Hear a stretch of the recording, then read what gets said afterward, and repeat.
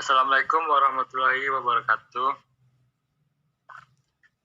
Kami dari kelompok 9 akan mempresentasikan hasil diskusi kami mengenai kasus mahasiswa yang melanggar etika.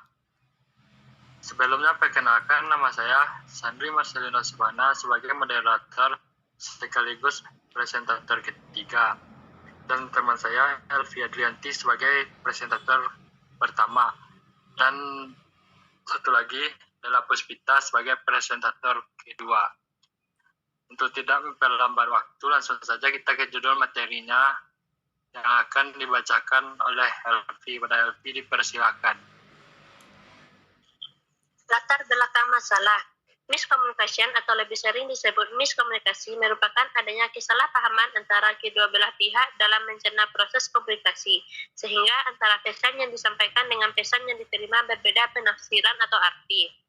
Banyak hal yang dapat menyebabkan terjadinya miskomunikasi. Bisa disebabkan dari faktor luar, rangkaian unsur proses komunikasi, atau tidak lengkapnya pesan komunikasi itu disampaikan. Faktor yang sering dialami adalah adanya gangguan antara unsur channel atau media yang menyebabkan tidak adanya feedback atau umpan balik pesan yang disampaikan, atau masalah feedback yang timbul tidak sesuai dengan tujuan pesan yang disampaikan di awal.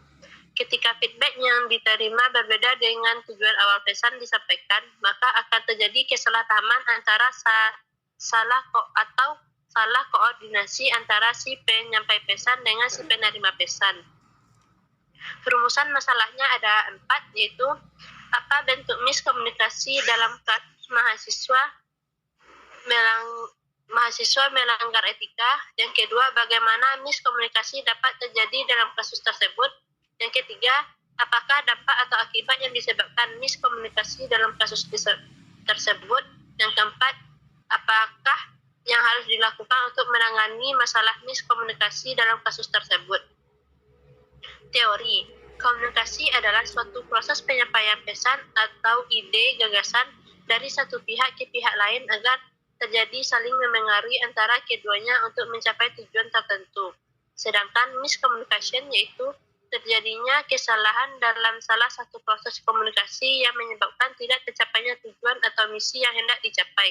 Contoh komunikasi dalam pendidikan seperti hubungan dosen dengan mahasiswa. Dengan adanya komunikasi, maka kegiatan belajar mengajar akan berlangsung dengan baik dan lancar. Selanjutnya akan dibacakan oleh Delap. Selanjutnya, bentuk miskomunikasi. Dalam kasus yang terdapat di koran dengan judul 3 mahasiswa melanggar etika, ada miskomunikasi yang terjadi antara mahasiswa dengan Rektorat Universitas Sriwijaya mengenai kebijakan yang telah ditetapkan pihak kampus Universitas Sriwijaya Indralaya. Dalam kasus ini, mahasiswa berniat untuk menyampaikan pendapat dan aspirasi mereka mengenai biaya UKT yang dinilai terlalu tinggi untuk mahasiswa, tetapi mereka melakukan kesalahan dalam mengkomunikasikan bentuk aspirasi mereka sehingga dianggap tidak memiliki etika dan moral yang baik.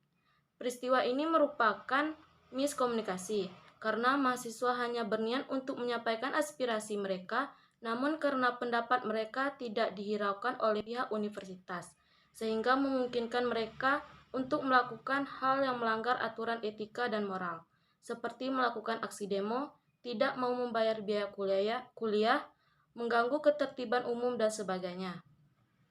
Penyebab terjadinya miskomunikasi.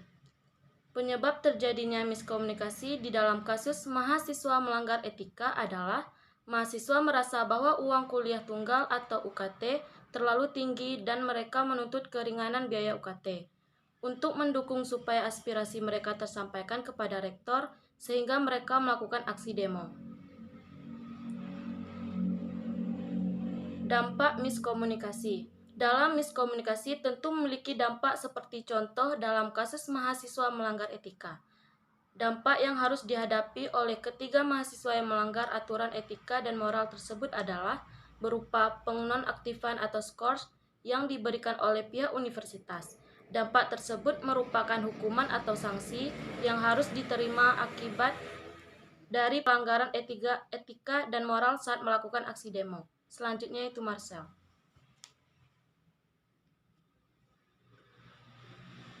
Selanjutnya yaitu penanggulangan miskomunikasi. Masalah yang berkaitan dengan miskomunikasi tentu saja memiliki cara untuk mengatasinya. Dalam kasus mahasiswa melanggar etika, pihak universitas telah berkoordinasi dengan Dirjen Pusat dan mencari jalan keluar untuk masalah BKT ini. Sehingga sekarang mereka telah menemukan beberapa hal yang diharapkan dapat mengatasi konflik tersebut, yaitu mereka mempersilahkan mahasiswa bidik misi untuk membuat usulan pembayaran UKT setengah dan usulan mereka harus diketahui oleh dekan dan kepala program studi. Setelah itu mahasiswa harus membuat surat pernyataan bahwa pada semester 9 mahasiswa diharuskan lulus atau tamat. Sementara untuk yang mahasiswa umum, mahasiswa diharuskan membayar penuh biaya UKT karena sudah merupakan aturannya, dan dari Rektor Universitas Sriwijaya juga akan terus berusaha mengupayakan agar biaya UKT tidak terlalu mahal. Inilah beberapa cara yang ditujukan untuk mengatasi masalah biaya UKT tersebut yang diharapkan juga dapat dimengerti dan diterima oleh seluruh mahasiswa sehingga tidak menimbulkan kesalahpahaman dan hal-hal yang tidak diinginkan. Kesimpulan, komunikasi menjadi bagian yang terintegrasi dan seolah tak bisa dipisahkan begitu saja di dalam kehidupan sehari-hari. Hal ini wajar mengingat hakikat manusia sendiri merupakan makhluk sosial yang dimana dalam kehidupannya selalu berhubungan dengan orang lain dalam memenuhi kebutuhannya. Dalam praktek, komunikasi yang dilakukan tidak selalu berjalan lancar. Karena itu komunikasi yang baik sangat dibutuhkan. Kita harus mengenal siapa lawan bicara, hal apa yang harus dibicarakan, dan bagaimana cara berbicara agar tidak menyinggung perasaan lawan bicara dan tidak terjadi kesalahan seperti miskomunikasi. Baiklah, itulah hasil presentasi dari kelompok kami.